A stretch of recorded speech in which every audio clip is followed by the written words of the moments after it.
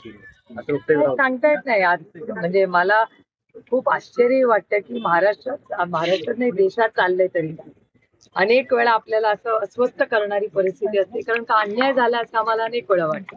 आता आदरणीय पवारसाहेब आणि उद्धवजींवरच बघा ना, पक्ष आणि चिन्ह त्या दोघांच्या स्थापनेचेच आहे. आज आदरणीय पवारसाहेब आणि उद्धवजींकडे त्यांनी स्थापन केलेल्या पक्षाची ना चिन्ह आहेत ना पक्ष आहेत. त्यामुळे ह्या गोष्टी होतात आणि आमचा अजूनही कोर्टावर विश्वास आहे की दडपशाही आम्ही होऊ देणार नाही. हा देश हा फक्त संविधानानेच चालणार, भारतरत्न डॉक्टर बाबासाहेब आंबेडकरांच्या संविधानानेच चालणार हा देश कुणाच्या मनमानीने आणि अदृश्य शक्तीच्या मनाने चालणार नाही.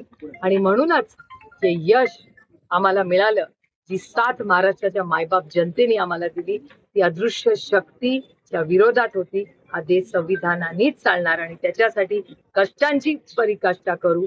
वेळ आली तर शेवटच्या श्वासापर्यंत जे काय करायला लागेल ते करू, पण संविधान वाचवण्यासाठी पूर्ण ताकदीने आयुष्य भरलं.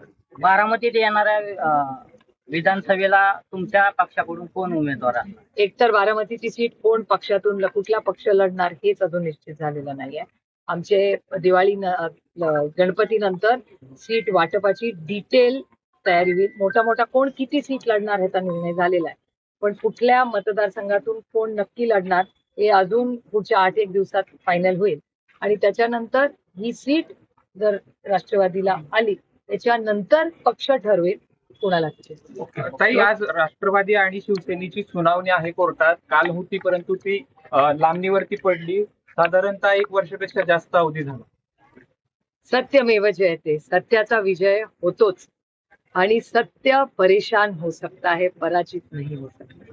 त्याच्यामुळे माझा विश्वास आहे की कोर्टात आज न उद्या आम्हाला न्याय मिळेल.